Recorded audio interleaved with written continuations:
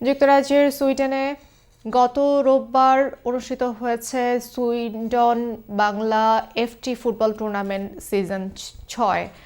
স্থানীয় বাংলাদেশি কমিউনিটির আয়োজনে অনুষ্ঠিত টুর্নামেন্টে বিভিন্ন দল ও শতাধিক খেলোয়াড় অংশগ্রহণ করেন। দিনব্যাপী খেলা উপভোগ করতে মাঠে উপস্থিত ছিলেন বিপুল সংখ্যক দর্শক, পরিবার এবং ফুটবল প্রেমীরা।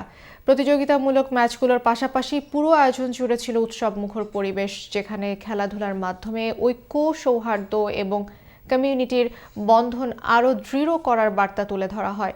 শিশুদের জন্য ছিল বিশেষ বিনোদনের ব্যবস্থা, যা অনুষ্ঠানটিকে পারিবারিক মিলন মেলায় পরিণত করে।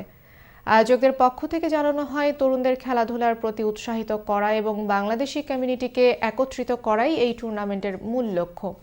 সফল আয়োজনের জন্য তারা সকল খেলোয়াড়, স্বেচ্ছাসেবক, স্পন্সর এবং দর্শকদের প্রতি কৃতজ্ঞতা প্রকাশ করেন।